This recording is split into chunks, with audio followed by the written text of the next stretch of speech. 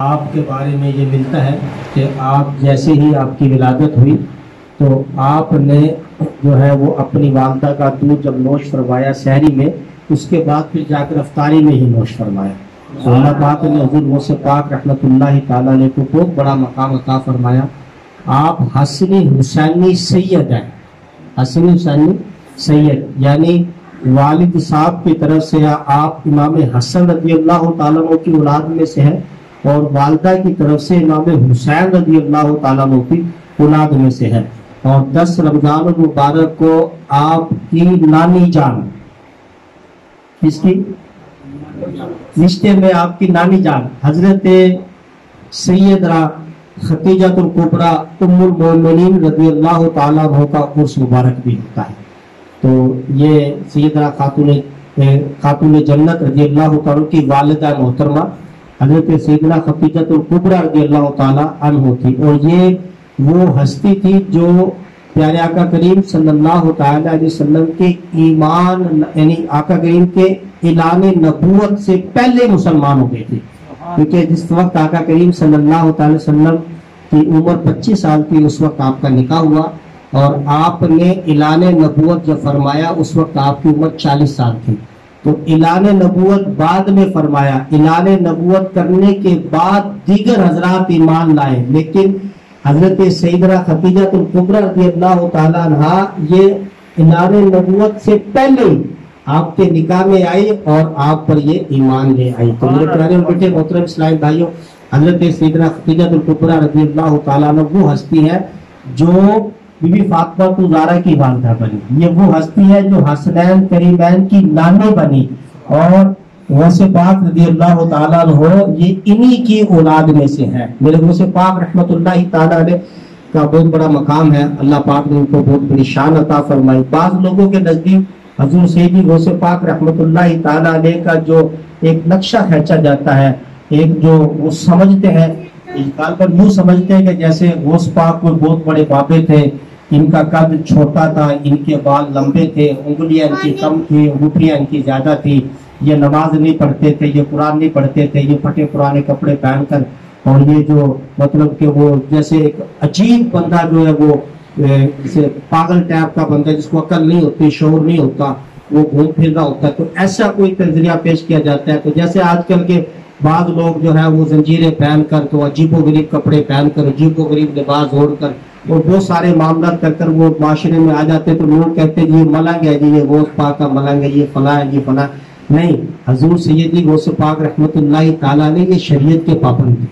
اور یہ بات یاد رکھیے گا، یہ شریعت کا فیصلہ ہے، شریعت رسول اللہ کی ہے، اور کوئی بھی ولی جو ہے وہ شریعت سے باہر نہیں ہو سکتا، اور جو شریعت سے باہر نکل جائے وہ ولی نہیں ہو سکتا. جتنے بھی ولی ہیں، جس کو ایک وہ ولی ہے جس کو ہم نے کہا، ایک وہ ولی ہے جو حقیقت میں ولی ہے.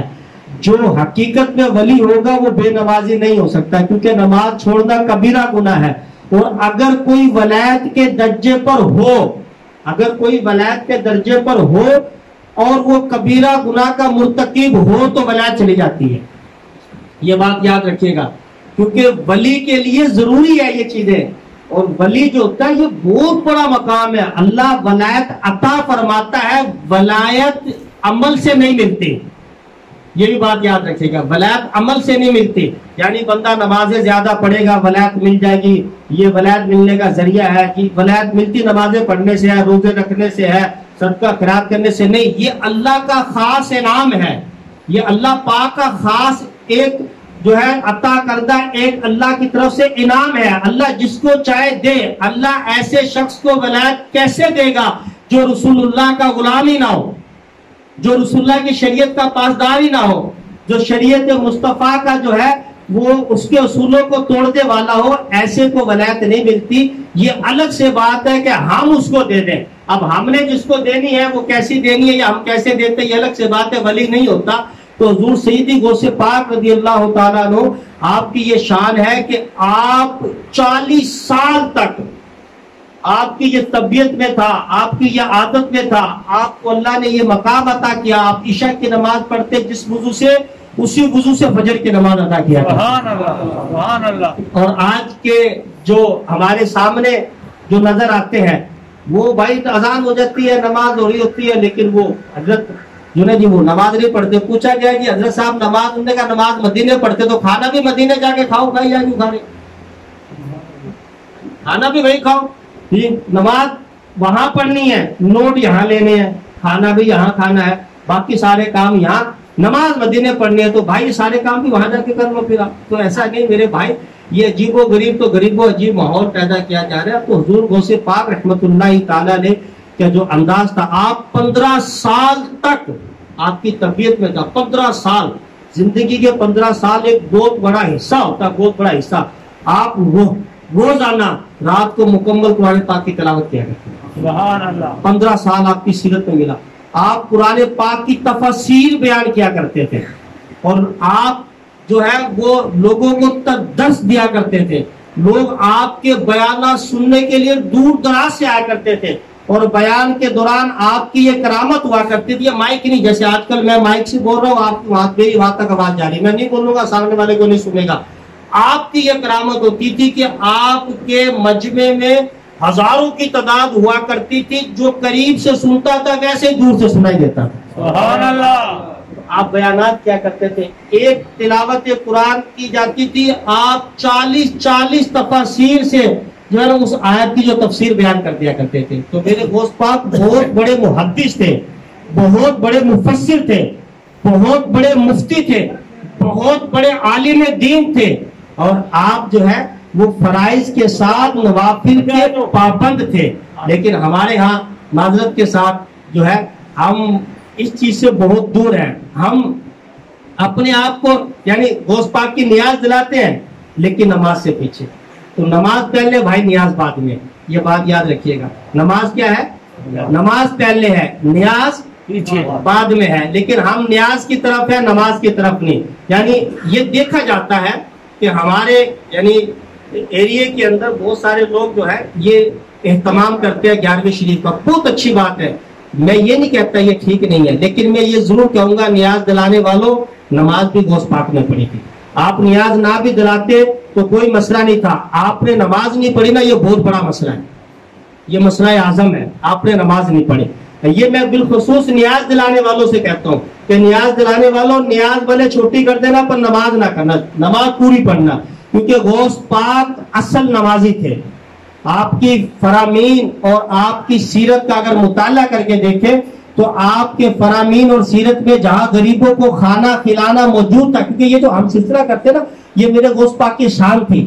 آپ سخی تھے، آپ سخاوت کیا کرتے تھے، آپ غریبوں کو کھانا کھلایا کرتے تھے، آپ جو ہے غریبوں کی مدد کیا کرتے تھے. لوگ آپ کے در پر آتے تھے غریب تو خالی نہیں جاتے تھے. تو آپ کی اس عادت کو ہم نے اپنایا، کیا کہ غریبوں کو کھانا کھلانا. لیکن یہ بھی ایک الگ بات ہے کہ ہمارے دسترخوان پہ غریب کتنے ہوتے ہیں، یہ ایک جدا بات ہے، اس کا بھی جدا ایک سلسلہ کرنا پڑے گا. چلو یہ الگ چیز ہے، اس کو نہیں چھیڑتا. لیکن آپ کا یہ معمول تھا، آپ اللہ کی راہ میں خیرات کرتے، کھانا کھلاتے تھے، مال تقسیم کرتے تھے، یہ سارا کچھ کرتے تھے.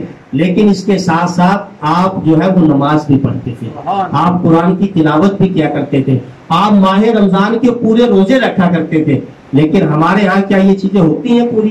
کیا ہم یہ مکمل چیزیں ادا کرتے ہیں؟ اگر ہم یہ نہیں کرتے تو پھر ہم یقین جانے حضور سیدی غوث پاک رحمت اللہ تعالیٰ سے جو ہماری محبت ہے، اس محبت میں کمزوری ہے. ہم جس محبت کا دعویٰ کر رہے ہیں اس محبت میں ہم جو ہے وہ کامل نہیں ہے. کامل محبت تو اس وقت ہوگی کہ نانا کے دین پر مکمل اعتکاف. میرے آقا کریم صلی اللہ تعالی وسلم حضور غوث پاک کے نانا جان کی بہت ہی پیاری ادا، اور اتنی پیاری ادا، آپ کی تمام ادائیں پیاری، ان تمام اداؤں میں یہ ادا پیاری، آپ نے پوری زندگی.